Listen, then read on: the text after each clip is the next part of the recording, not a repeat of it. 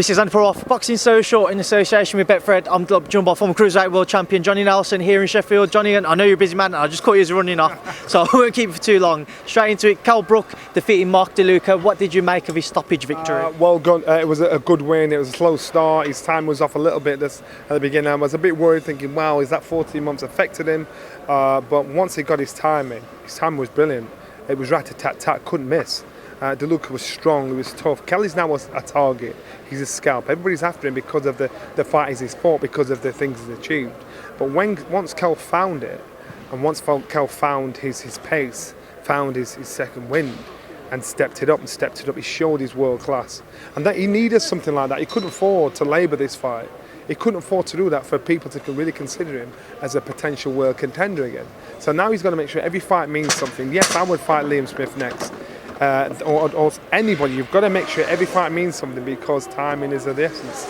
You just mentioned that Liam Smith fight. Is that the one that you would want to have next if you was KELL BROOK? Without a doubt, I definitely want that fight next. I would, because I think domestically it's a good fight. I think the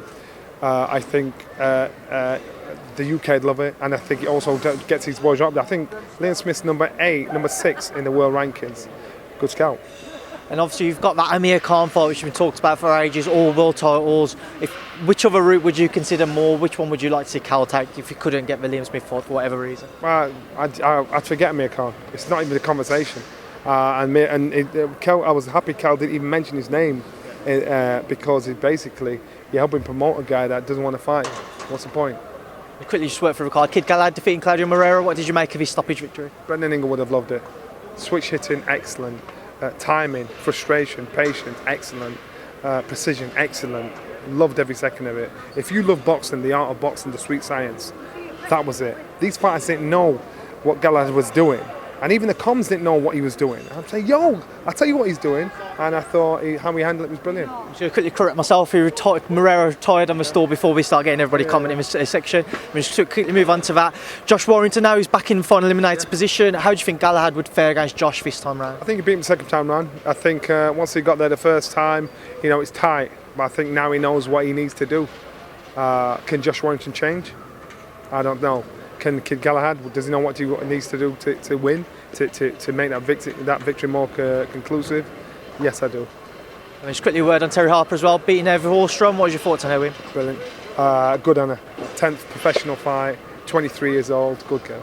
And Johnny, 2 weeks away now, Wilder Fury 2. Break it down for me, how do you see it going? Wilder Fury 2, I see Wilder beating him on points, but as Fury beating Wilder on points, and as Wilder said, he only needs 2 seconds of success. I don't think he'll get it. If I was him, I'd change my tactics and rush him from the off. That's what he's got to do, because otherwise the fight will stay exactly the same. Well, Johnny, I know I caught you as you was running off there, so I appreciate hanging around. Thanks for being on. Anytime.